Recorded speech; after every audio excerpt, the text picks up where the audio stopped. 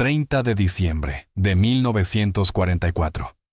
Cuartel General Supremo de la Fuerza Expedicionaria Aliada Versalles. El general Dwight D. Eisenhower estaba sentado solo en su despacho con un cigarrillo a medio fumar, consumiéndose en el cenicero a su lado. En sus manos sostenía otro telegrama más del mariscal de campo Bernard Law Montgomery. Este era diferente. Este era la gota que colmaba el vaso. Montgomery ya no se limitaba a solicitar recursos. Exigía el control total de todas las fuerzas terrestres estadounidenses y británicas por igual y amenazaba con llevar sus quejas directamente a Churchill y a los jefes de Estado Mayor combinados si Eisenhower no accedía. Durante meses, Eisenhower había equilibrado, negociado y hecho concesiones. Pero en aquel frío día de invierno, con la sangre estadounidense aún fresca en la nieve de Bastogne, algo dentro del comandante supremo de Estados Unidos finalmente se quebró. No encontrarás estas historias en ningún otro lugar. Suscríbete ahora y no te pierdas ningún video nuevo. Y deja un comentario abajo. ¿Qué es lo que más te fascina de este choque entre dos comandantes tan diferentes? O simplemente dinos desde dónde nos estás viendo hoy. Para entender por qué este momento fue tan profundamente importante, hay que comprender lo que condujo hasta él. La relación entre Eisenhower y Montgomery se había ido deteriorando durante meses, pero el punto de ruptura tenía sus raíces en una decisión tomada 3 semanas antes, durante los días más oscuros de la batalla de las Ardenas. Cuando las fuerzas alemanas irrumpieron a través de las Ardenas, el 16 de diciembre de 1944, dividieron al primer y al noveno ejércitos estadounidenses, creando el caos a lo largo del frente. Eisenhower tomó una decisión controvertida. Colocó temporalmente a estos dos ejércitos estadounidenses bajo el mando de Montgomery, para restablecer el orden en el flanco norte del saliente. El razonamiento era sólido desde el punto de vista militar. El cuartel general del 20 Muniamalin o grupo de ejércitos de Montgomery estaba más cerca de la acción. Las comunicaciones habían sido cortadas. El cuartel general de Bradley en Luxemburgo estaba demasiado al sur como para controlar eficazmente las fuerzas al norte de la ruptura. El propio teniente general Omar Bradley escribiría más tarde en sus memorias: era la única decisión que tenía sentido táctico en ese momento, aunque me quemaba la garganta como ácido. Bradley comprendía la lógica, pero también comprendía lo que aquello iba a desencadenar. Montgomery aceptó este mando temporal el 20 de diciembre, con lo que los observadores describieron como una satisfacción apenas disimulada. El mayor general Francis de Guingand, jefe de Estado Mayor de Montgomery, anotó en su diario: el mariscal de campo prácticamente irradiaba cuando llegó la orden. Pude ver que lo consideraba una reivindicación de todo lo que llevaba meses defendiendo. Y lo que Montgomery había estado defendiendo era un mando único de todas las fuerzas terrestres aliadas bajo liderazgo británico, concretamente bajo su propio liderazgo. El comandante británico comenzó de inmediato a insertarse en la estructura de mando estadounidense, con una agresividad que sorprendió incluso a su propio Estado Mayor. En menos de 24 horas, Montgomery estaba reposicionando unidades estadounidenses, redirigiendo columnas de suministro y emitiendo órdenes que contradecían los planes estadounidenses existentes. El general de brigada Bill Sylvin, ayudante del general Courtney Hodges del primer ejército, registró la reacción de su comandante. El general Hodges se quedó allí pálido con las manos temblando. Dijo: ese hijo de puta actúa como si nos hubiera conquistado a nosotros, no a los alemanes. Pero Montgomery no solo estaba reorganizando fuerzas, estaba construyendo un relato. En sus comunicaciones de regreso a Londres, en sus conversaciones con oficiales británicos, en sus reuniones con corresponsales de guerra, Montgomery comenzó a presentar la batalla de las Ardenas como un fracaso estadounidense que solo la competencia británica podía remediar. El mayor general J. F. M. Whitley, jefe adjunto de Estado Mayor en Shaef, observó cómo esto se desarrollaba con creciente alarma. Más tarde declararía que Monty estaba reescribiendo la historia en tiempo real. Hablaba como si los estadounidenses hubieran sido sorprendidos durmiendo por pura incompetencia, y como si solo su intervención los hubiera salvado del desastre. La realidad era radicalmente distinta. Sí, los alemanes habían logrado la sorpresa. Sí, las fuerzas estadounidenses habían sido empujadas hacia atrás. Pero también habían combatido con un coraje desesperado en puntos críticos. En Sambit, la 7. La división acorazada resistió durante 6 días contra probabilidades abrumadoras, ganando un tiempo crucial. En Bastogne, la 101 división aerotransportada se negó a rendirse pese a estar completamente rodeada. No se trataba de fracasos que requirieran un rescate británico. Eran éxitos estadounidenses que cambiaron el curso de toda la batalla. Montgomery parecía ciego ante esta realidad, o quizás simplemente decidió ignorarla.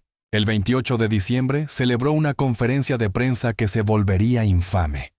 Dirigiéndose a los corresponsales de guerra reunidos, Montgomery declaró: «La batalla ha sido sumamente interesante. Creo que posiblemente una de las batallas más interesantes y complejas que he manejado jamás». Describió cómo había asumido el mando personal de la situación, cómo había empleado todo el poder disponible del grupo de ejércitos británico, y cómo eso le había permitido ver el cuadro en su conjunto. La implicación era inconfundible. Montgomery había salvado a los estadounidenses de sus propios errores. La conferencia de prensa provocó ondas de choque en los cuarteles generales estadounidenses. El capitán Harry Butcher, ayudante naval de Eisenhower, dejó constancia de la escena cuando la noticia llegó a Versalles. Nunca había visto al jefe tan furioso. Su rostro pasó del rojo al púrpura. Dijo, y cito: «Ese bastardo santurrón acaba de atribuirse el mérito de toda la maldita operación. Nuestros muchachos siguen muriendo en esos bosques, y él está haciendo reverencias como si hubiera dirigido todo el espectáculo». Pero Eisenhower, siempre diplomático, decidió manejar la situación en silencio. Envió mensajes cuidadosamente redactados a Montgomery, sugiriendo que ese tipo de declaraciones públicas podía dañar la unidad aliada. Trabajó a través de Marshall y de Churchill para suavizar las reacciones más duras. Hizo lo que siempre hacía: mantuvo unida a la alianza. El mayor general Kenneth Strong, jefe de inteligencia de SHAEF, observó: «Ike estaba realizando un milagro de paciencia. Cualquier otro comandante habría relevado a Montgomery en el acto». Pero Eisenhower comprendía que destituir a un mariscal de campo británico podría romper la alianza misma. Este patrón se había repetido a lo largo de toda la campaña. En septiembre, tras la exitosa liberación de Francia, Montgomery había exigido todos los recursos aliados para un único avance estrecho hacia Alemania bajo su mando. Eisenhower se negó, insistiendo en la estrategia del Frente Amplio. Montgomery apeló a Churchill. Eisenhower se mantuvo firme. En octubre, Montgomery insistió en que tenía mayor rango que Bradley y que debía comandar todas las fuerzas terrestres. Eisenhower desvió la cuestión, reorganizó y llegó a compromisos. En noviembre, Montgomery criticó el liderazgo de Eisenhower en una carta privada tan insultante que de Guingand voló personalmente a Versalles para evitar una ruptura irreparable. Cada vez Eisenhower absorbió el insulto, gestionó la crisis y preservó la alianza. Pero cada vez el costo para su paciencia y para las relaciones interaliadas fue mayor. El general de brigada Arthur Nevins, que trabajó en las operaciones de SHAEF, escribiría más tarde: «Todos observábamos cómo Ike cargaba con este peso. Montgomery hacía exigencias imposibles. Criticaba el liderazgo estadounidense, se atribuía méritos que no había ganado e Ike simplemente lo soportaba. Nos preguntábamos cuánto tiempo podría aguantar». La respuesta llegó el 30 de diciembre. El nuevo telegrama de Montgomery no era solo otra petición ni otra crítica. Era un ultimátum. El mariscal de campo escribió que la estructura de mando actual era totalmente inviable. Insistía en que debía haber un solo comandante para todas las fuerzas terrestres y que ese comandante debía tener autoridad para coordinar todas las operaciones aliadas desde Suiza hasta el Mar del Norte. Exigía que Eisenhower le concediera esa autoridad, o de lo contrario, no tendría más opción que llevar sus preocupaciones ante Churchill y los jefes de Estado Mayor, combinados donde estaba convencido de que la opinión militar británica respaldaría su postura. La amenaza era explícita. Si Eisenhower no le daba a Montgomery lo que quería, Montgomery pasaría por encima de su autoridad e intentaría cambiar la estructura de mando aliada mediante presión política. En esencia, era un intento de golpe militar disfrazado de desacuerdo profesional. El coronel James Key, oficial de enlace británico en Chef, reconoció de inmediato lo que había ocurrido. Montgomery finalmente se había excedido. Creía que tenía todas las cartas. No se dio cuenta de que acababa de declarar la guerra a la autoridad de mando de Eisenhower. Eisenhower leyó el telegrama 3 veces. Luego se levantó, caminó hasta la ventana y contempló el paisaje invernal durante lo que los testigos dijeron que fueron casi 5 minutos. Cuando regresó a su escritorio, su rostro mostraba una expresión que su Estado Mayor nunca había visto antes. Llamó a su jefe de Estado Mayor, el teniente general Walter Bedell Smith. Smith llegó en cuestión de minutos y encontró a Eisenhower ya redactando una respuesta. Pero esta no era otra evasiva diplomática. Era algo completamente distinto. El borrador de Eisenhower era brutal por su claridad. Escribió que la actitud de Montgomery se había vuelto intolerable y que su última exigencia era totalmente inaceptable. Afirmó que había presentado su renuncia a Marshall y a los jefes de Estado Mayor, combinados pero con una condición: debían elegir entre él y Montgomery. Uno de los dos abandonaría el teatro europeo, y Eisenhower dejó claro que no le importaba cuál de ellos fuera. El mensaje concluía: «Estoy cansado de tener que poner excusas por un hombre que cree que su nacionalidad lo hace superior a todos los demás». Smith leyó el borrador y levantó la vista hacia Eisenhower, con algo parecido al asombro. «¿De verdad vas a enviar esto a Eisenhower?», sostuvo su mirada con firmeza. «Ya he tenido suficiente, Bedell. Si quieren que Monty dirija esta guerra, que se queden con él. Pero yo no seguiré sirviendo bajo estas condiciones». Smith comprendió que no se trataba de una fanfarronada ni de una reacción emocional. Eisenhower había llegado a su límite y hablaba completamente en serio. Pero Smith era un brillante oficial de Estado Mayor por una razón. Entendía que aunque la ira de Eisenhower estaba justificada, el mensaje final debía manejarse con sumo cuidado. Convenció a Eisenhower de permitirle redactar un mensaje paralelo a Marshall que presentara la situación en términos sobre los que Washington pudiera actuar. Eisenhower aceptó, pero insistió en que el ultimátum central se mantuviera elegir entre los dos. El telegrama que se envió a Marshall en Washington esa misma noche fue profesional y preciso, pero su significado era inconfundible. Eisenhower expuso la exigencia de Montgomery, explicó por qué era militarmente insostenible y políticamente imposible, y luego declaró: «Siento que este asunto ha llegado a un punto en el que debe decidirse al más alto nivel. O Montgomery se ajusta a mi autoridad de mando, o no puedo continuar funcionando de manera eficaz como comandante supremo». Solicitó una decisión inmediata de los jefes de Estado Mayor combinados. Al mismo tiempo se envió un mensaje cuidadosamente redactado al propio Montgomery. No contenía amenazas ni acusaciones, pero era firme de una manera que las comunicaciones anteriores de Eisenhower nunca habían sido. El telegrama señalaba que los arreglos de mando actuales eran temporales y que pronto serían revertidos. Dejaba claro que no habría ningún cambio fundamental en la estructura de mando, y mencionaba casi como un apunte lateral que Eisenhower había remitido el asunto a una autoridad superior para su resolución final. Montgomery, leyendo entre líneas, comprendería perfectamente lo que estaba ocurriendo. La reacción en Washington fue inmediata e inequívoca. Marshall recibió el telegrama de Eisenhower tarde en la noche del 30 de diciembre. Lo leyó 2 veces y luego llamó al almirante Ernest King y al general Hap Arnold. En menos de una hora los jefes del Estado Mayor conjunto estaban reunidos.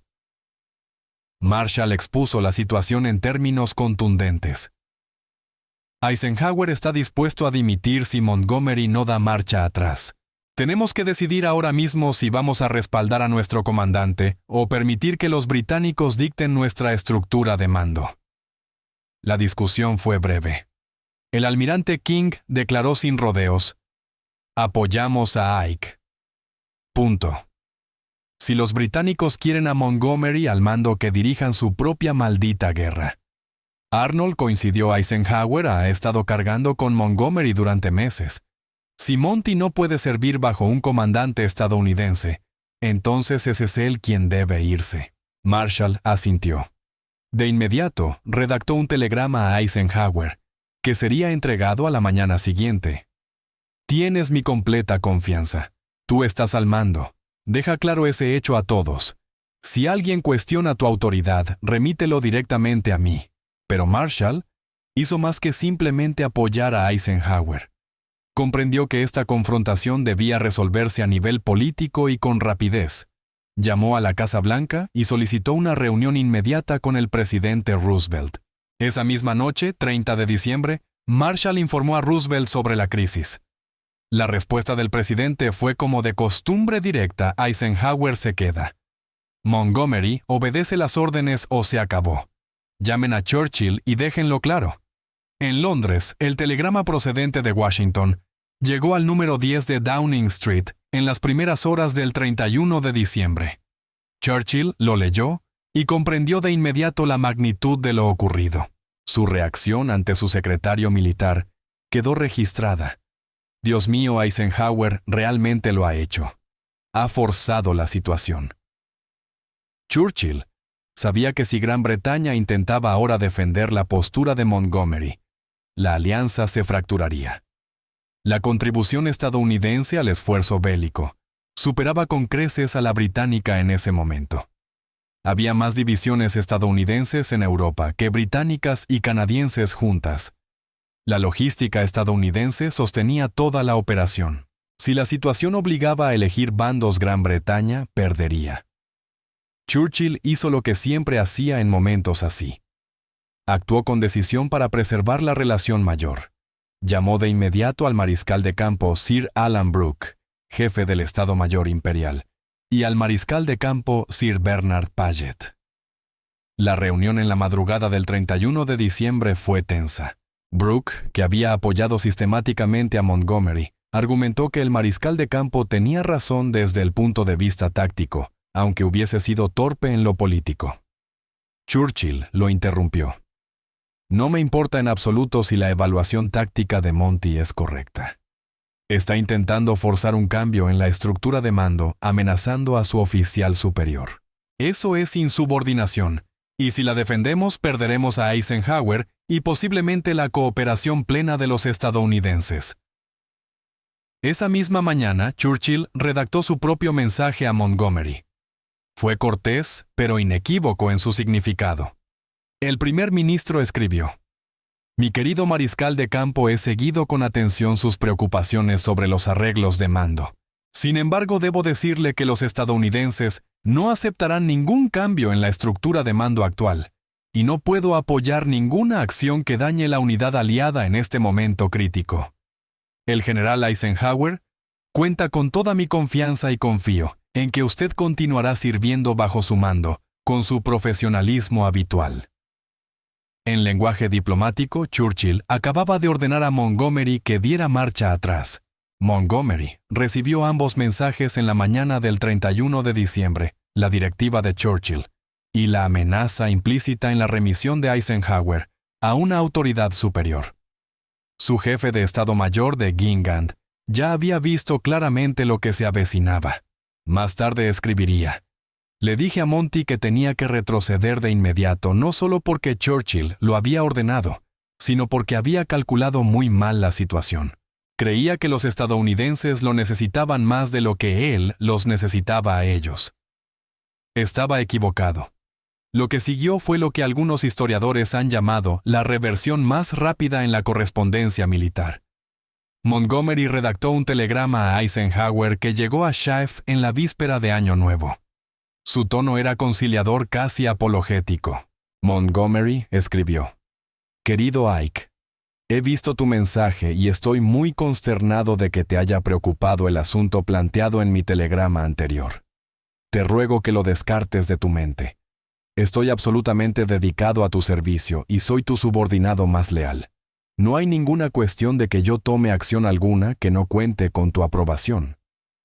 El telegrama continuaba intentando desandar las implicaciones de sus exigencias. Sea cual sea tu decisión, la apoyaré de todo corazón. Si consideras que los actuales arreglos de mando deben continuar sin cambios, lo aceptaré sin reservas. Si crees que deben hacerse cambios, me ajustaré por completo a tus deseos. Concluía con una reafirmación casi desesperada. Estoy bajo tu mando y así seguiré. Eso nunca ha estado en duda. Pero el daño ya estaba hecho. Eisenhower leyó la retractación de Montgomery sin ninguna satisfacción, solo con una especie de reconocimiento cansado. El capitán Butcher dejó constancia. El jefe me mostró la retirada de Monty. No sonrió ni celebró. Solo dijo, lo intentará de nuevo. Quizá no mañana, quizá no el mes que viene, pero lo intentará otra vez. Así es él.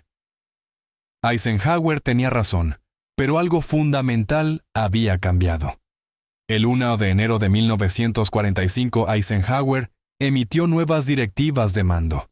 El primer y el 9º ejércitos estadounidenses volverían al mando de Bradley tan pronto como la situación táctica lo permitiera. El 21, o grupo de ejércitos de Montgomery, continuaría operando en el flanco norte, pero con límites y objetivos claramente definidos. Lo más importante fue que Eisenhower lo dejó explícitamente claro en su directiva. Todos los comandantes comprenderán que ejerzo plena autoridad de mando sobre todas las fuerzas aliadas en este teatro. Las preguntas o preocupaciones sobre los arreglos de mando se tratarán por los canales adecuados a Shaef, y mis decisiones en estos asuntos son definitivas. El mensaje fue claro para todos. La era de negociar con Montgomery había terminado. Eisenhower había trazado una línea y contaba con el pleno respaldo tanto de Washington como de Londres para hacerla cumplir. El general de brigada Thor Smith, que trabajaba en las operaciones de Shaef, observó el cambio. Fue como ver cómo se accionaba un interruptor. Antes Monty podía enviar exigencias e Ike buscaba la forma de sortearlas.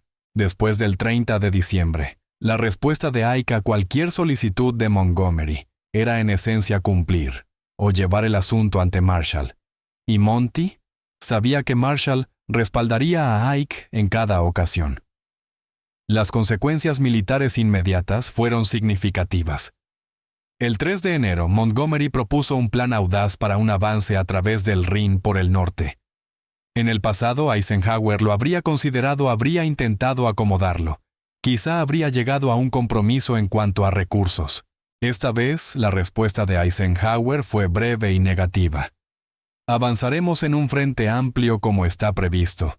Prepare sus fuerzas en consecuencia. Cuando Montgomery protestó alegando que aquello era estratégicamente erróneo, la respuesta de Eisenhower fue aún más concisa. Mi decisión es definitiva. El retorno del primer y del 9º ejércitos al mando de Bradley se aceleró. Para el 17 de enero, ambos ejércitos ya estaban de nuevo bajo control estadounidense, 2 semanas antes de lo previsto originalmente. Montgomery protestó que la situación táctica no justificaba un cambio tan rápido. Eisenhower le informó que la decisión ya había sido tomada y que se aplicaría independientemente de su opinión. Por primera vez en su relación, Montgomery no tenía recurso alguno. Pero el impacto fue más allá de los simples arreglos de mando. La prensa estadounidense, que había guardado relativo silencio sobre las tensiones interaliadas, comenzó de pronto a informar sobre la conferencia de prensa de Montgomery de diciembre, con una ira apenas disimulada. Aparecieron artículos cuestionando si los comandantes británicos comprendían realmente el sacrificio que estaban haciendo las tropas estadounidenses. Los editorialistas plantearon preguntas directas sobre la verdadera contribución de Montgomery a la batalla de las Ardenas. El público estadounidense, que había visto en gran medida la alianza como una asociación entre iguales, empezó a percibir grietas. Los funcionarios británicos se apresuraron a contener el daño. El propio Churchill pronunció un discurso en la Cámara de los Comunes el 18 de enero, elogiando el valor estadounidense y señalando explícitamente que la batalla de las Ardenas había sido una victoria estadounidense lograda por soldados estadounidenses bajo mando estadounidense. Declaró: «Los estadounidenses han enfrentado a 30 o 40 hombres por cada uno de los que hemos enfrentado nosotros, y han perdido 60 u 80 hombres por cada uno de los nuestros». Fue una clara refutación del relato de Montgomery, pronunciada por el propio primer ministro británico. Montgomery se vio obligado a emitir su propia declaración redactada en gran medida por de Guingand, elogiando a las tropas y a los comandantes estadounidenses. Fue una retirada humillante respecto a su postura anterior. El mayor general David Beale, uno de los oficiales del Estado Mayor de Montgomery, escribiría más tarde: «Monty odiaba cada palabra de esa declaración, pero no tenía elección. Había sido derrotado y todos lo sabían». Dentro de la estructura de mando militar, el cambio fue aún más dramático. Anteriormente, cuando Eisenhower emitía directivas el Estado Mayor de Montgomery, las analizaba en busca de flexibilidad, tratando de interpretar las órdenes de manera que sirvieran a los objetivos británicos. Después del 30 de diciembre, eso se acabó. Las órdenes de Chafe se ejecutaban exactamente como estaban escritas. El coronel Donny, que trabajaba en el cuartel general de Montgomery, señaló: «Todos entendimos que el juego había cambiado. Cuestionar las órdenes de Ike ya no era una interpretación creativa, era una insubordinación que acababa con la carrera». La relación personal entre Eisenhower y Montgomery nunca se recuperó. Continuaron trabajando juntos de manera profesional. Asistían a las mismas reuniones, coordinaban operaciones y mantenían la apariencia de cooperación aliada. Pero la cordialidad había desaparecido. El mariscal del aire, Arthur Tedder, adjunto de Eisenhower, observó: «Antes de diciembre del 44, Ike invitaba a Monty a cenar, intentaba suavizar los desacuerdos en lo personal. Después sus encuentros fueron formales, breves y estrictamente profesionales». Ike había llegado a la conclusión de que la amistad con Montgomery era imposible. Los sentimientos de Bradley fueron menos contenidos. Escribió a Eisenhower el 10 de enero: «Quiero agradecerte formalmente tu apoyo durante este periodo difícil. El comportamiento de Monty durante la ofensiva de las Ardenas fue un insulto para cada soldado estadounidense que luchó y murió en esos bosques. Te agradezco que finalmente te enfrentaras a él».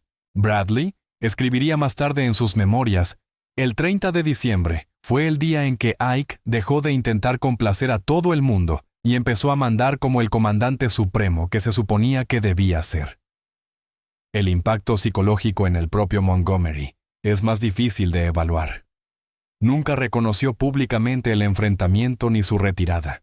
En sus memorias publicadas tras la guerra, Montgomery presentó los arreglos de mando durante la ofensiva de las Ardenas como una cooperación fluida y eficaz, sin mencionar su exigencia de un mando permanente ni el ultimátum de Eisenhower.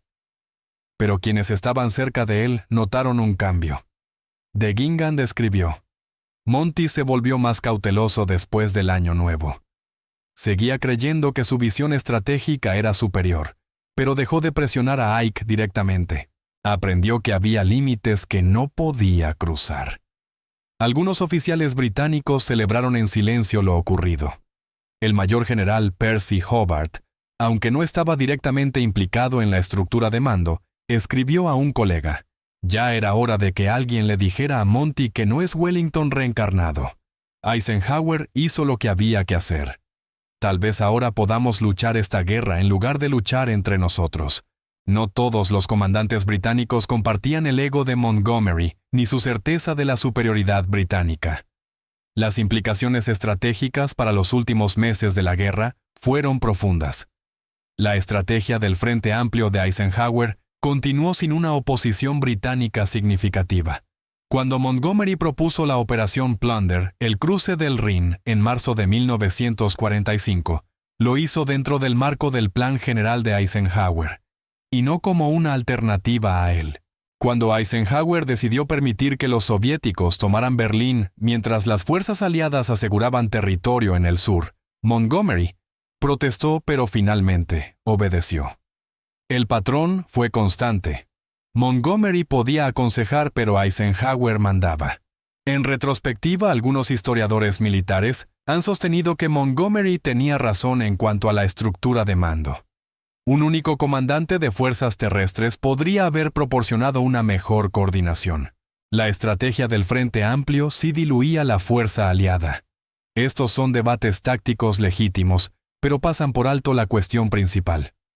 El problema de Montgomery no era su pensamiento estratégico, sino su enfoque de las relaciones de mando.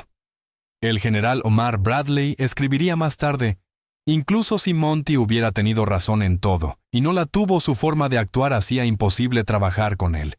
No se puede dirigir una coalición exigiendo que todos hagan las cosas a tu manera, o amenazando con apelar a los políticos.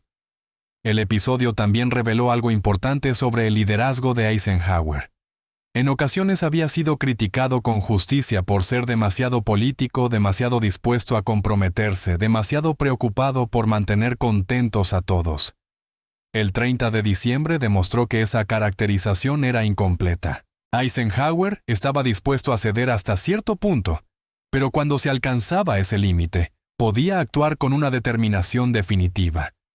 El general Maxwell Taylor observó más tarde que la mayor fortaleza de Ike era saber exactamente dónde estaba su línea. Se doblaba, se adaptaba y acomodaba hasta que alguien cruzaba esa línea. Entonces se volvía inamovible. Montgomery encontró esa línea. La confrontación también demostró la maduración del liderazgo militar estadounidense. En 1942, cuando las fuerzas estadounidenses entraron por primera vez en combate en el norte de África, habían sido socios menores de los británicos, aprendiendo de aliados con más experiencia. Para diciembre de 1944, Estados Unidos era el socio principal en todos los aspectos significativos: más tropas, más material, mayor capacidad logística, mayor profundidad estratégica. El error de Montgomery fue no reconocer que ese cambio ya se había producido. Siguió actuando como si la sabiduría militar británica prevaleciera naturalmente sobre la autoridad de mando estadounidense. El 30 de diciembre fue el día en que esa suposición murió definitivamente. Para Eisenhower, en lo personal, el episodio fue tanto una carga como una liberación. La carga fue saber que había llevado a la alianza al borde de la fractura. La liberación fue no tener que acomodar interminablemente el ego de Montgomery. El coronel Chester Hansen, ayudante de Bradley, registró una conversación con Eisenhower a mediados de enero. El jefe parecía de algún modo más liviano. La tensión que había en su rostro durante meses había desaparecido. Me dijo: pasé 6 meses intentando hacer feliz a Monty. Finalmente me di cuenta de que era imposible. Ahora simplemente mando y él obedece o lo destituyo. En realidad es más simple así. La relación entre la autoridad de mando y el orgullo nacional siempre es compleja en la guerra de coalición. Cada comandante aliado aporta no solo consideraciones militares, sino también presiones políticas de su propio gobierno. Eisenhower comprendía esto mejor que la mayoría, pero también entendía que, llegado cierto punto, la necesidad militar debía imponerse a la conveniencia política. Un comandante supremo que no podía mandar de verdad no estaba liderando, estaba mediando. El 30 de diciembre fue cuando Eisenhower dejó de mediar y empezó a mandar. Montgomery continuó sirviendo bajo Eisenhower hasta la rendición alemana en mayo de 1945. Mandó eficazmente el 20.000 grupo de ejércitos en las campañas finales. Aceptó la rendición alemana en Lüneburg Heath el 4 de mayo. Fue ascendido a mariscal de campo del ejército británico y más tarde sirvió como jefe del Estado Mayor Imperial. Su carrera militar fue larga y distinguida, pero su relación con los comandantes estadounidenses nunca se recuperó de los acontecimientos de finales de 1944 y principios de 1945. Después de la guerra, los generales estadounidenses que habían servido en Europa fueron casi unánimemente críticos con Montgomery en sus memorias. El resentimiento perduró durante décadas. El juicio histórico sobre Montgomery ha sido mixto. Los historiadores británicos a menudo han defendido su capacidad militar al tiempo que reconocen sus defectos de personalidad. Los historiadores estadounidenses han sido más duros viéndolo como un ególatra que socavó la cooperación aliada y se atribuyó méritos que no merecía. Los estudiosos militares modernos tienden a una visión más matizada. Montgomery fue un comandante capaz, a veces brillante, cuyos defectos se vieron magnificados por las exigencias de la guerra de coalición y por su propia incapacidad para funcionar como subordinado. Pero el juicio sobre Eisenhower se ha vuelto cada vez más favorable con el paso del tiempo. Inicialmente criticado por ser demasiado cauteloso y demasiado político, Eisenhower es hoy ampliamente considerado como el comandante exactamente adecuado para la guerra de coalición en Europa.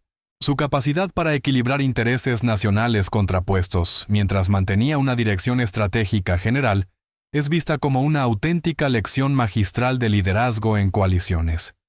Y el 30 de diciembre de 1944 es considerado el momento en que Eisenhower demostró que un liderazgo eficaz en una coalición a veces exige la disposición a arriesgar la propia coalición. El general Matthew Ridgway, quien más tarde comandaría en Corea, estudió este episodio en profundidad. Escribió: "La forma en que Eisenhower manejó a Montgomery en diciembre del 44 debería enseñarse en todas las academias de Estado Mayor. Primero intentó todos los medios diplomáticos. Le dio a Montgomery oportunidad tras oportunidad para operar dentro de la estructura de mando. Pero cuando Montgomery finalmente hizo imposible el cumplimiento, Eisenhower actuó con decisión. Eso es liderazgo. Saber cuándo negociar y cuándo exigir". La lección trasciende la Segunda Guerra Mundial. En cada guerra de coalición desde Corea, la Guerra del Golfo, Afganistán, Irak, ha surgido la misma tensión entre la gestión de la coalición y la autoridad de mando. El comandante de una fuerza multinacional debe equilibrar las sensibilidades nacionales con la necesidad militar. Pero como demostró Eisenhower, llega un punto en el que la autoridad de mando debe afirmarse o deja de existir. Un comandante que no puede decir no a un subordinado independientemente de la nacionalidad o las conexiones políticas de ese subordinado, no está realmente al mando. Para Montgomery, el 30 de diciembre marcó el fin de sus ambiciones de mando supremo. Creía sinceramente que su experiencia y capacidades justificaban colocar a todas las fuerzas aliadas bajo su control. Creía que la tradición y la pericia militar británicas le otorgaban un derecho al liderazgo que trascendía el organigrama, y creía que los estadounidenses, todavía relativamente nuevos en la guerra de coalición a gran escala, acabarían cediendo ante el criterio británico. En los 3 puntos estaba equivocado. La respuesta estadounidense fue inequívoca. El apoyo del general George Marshall a Eisenhower fue absoluto. El respaldo del presidente Roosevelt fue inmediato. El Estado Mayor Conjunto nunca vaciló. El mensaje para los británicos fue claro. Estados Unidos respetaba a sus aliados, valoraba la asociación y estaba dispuesto a trabajar dentro de la estructura de la coalición. Pero no aceptaría un papel subordinado en una guerra en la que aportaba la mayoría de las fuerzas los suministros y las bajas. La alianza debía ser entre iguales o no ser nada. Para el gobierno británico, el episodio fue un momento de reconocimiento doloroso. Gran Bretaña ya no era el socio dominante de la Alianza Occidental. El imperio que había resistido solo a Hitler en 1940 era ahora el socio menor frente al poder estadounidense. Churchill lo comprendió, aunque algunos de sus generales no. Su rápida decisión de apoyar a Eisenhower y frenar a Montgomery demostró que entendía lo que estaba en juego. La influencia británica en el mundo de posguerra dependería de mantener la alianza con Estados Unidos. Ningún nombramiento militar, por prestigioso que fuera, valía el riesgo de poner en peligro esa relación. Los soldados de ambos bandos acogieron en gran medida la resolución. Las tropas estadounidenses habían combatido y muerto bajo un mando británico temporal durante la ofensiva de las Ardenas, y lo habían hecho con heroísmo. Merecían algo mejor que ver su sacrificio minimizado por la grandilocuencia de Montgomery. Las tropas británicas, por su parte, estaban cansadas de la política interservicios y de las tensiones. Querían un mando claro, objetivos claros y un apoyo claro. La afirmación de autoridad de Eisenhower proporcionó las 3 cosas. En el balance final, el 30 de diciembre de 1944, representa un punto de inflexión no solo en las relaciones de mando, sino en la propia naturaleza de la Alianza Occidental. Fue el día en que terminó la posición de Gran Bretaña como fuerza rectora de la Alianza y el liderazgo estadounidense se volvió indiscutible. Fue el día en que la guerra de coalición dejó de ser un experimento y se convirtió en un hecho establecido con reglas claras. Y fue el día en que Eisenhower dejó de ser el político con uniforme y se convirtió en el comandante que necesitaba ser. La lección de aquel día de diciembre sigue siendo relevante. El liderazgo en la guerra de coalición no consiste en hacer felices a todos. No se trata de compromisos interminables ni de negociaciones perpetuas. Se trata de crear una estructura en la que el orgullo nacional pueda coexistir con un mando unificado, en la que las preocupaciones políticas sean reconocidas, pero la necesidad militar prevalezca, y en la que cada miembro de la coalición entienda que alguien debe tener la autoridad final, que alguien debe ser respetado por todas las partes, y que alguien debe estar dispuesto a arriesgarlo todo, incluso la propia coalición para mantener esa autoridad. Montgomery aprendió esta lección demasiado tarde. Eisenhower la había entendido desde el principio, pero esperaba no tener que demostrarla. El 30 de diciembre la demostró, y al hacerlo no solo preservó la alianza, sino que la fortaleció para el empuje final hacia Alemania.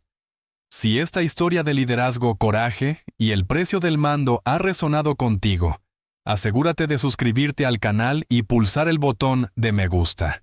Activa las notificaciones para no perderte ninguno de nuestros análisis profundos sobre los momentos que dieron forma a la historia. Comparte este video con cualquiera que ame la historia militar o aprecie la complejidad del liderazgo bajo presión. Y recuerda, a veces la decisión más difícil que toma un comandante no tiene que ver con derrotar al enemigo, tiene que ver con mantenerse firme frente a un aliado.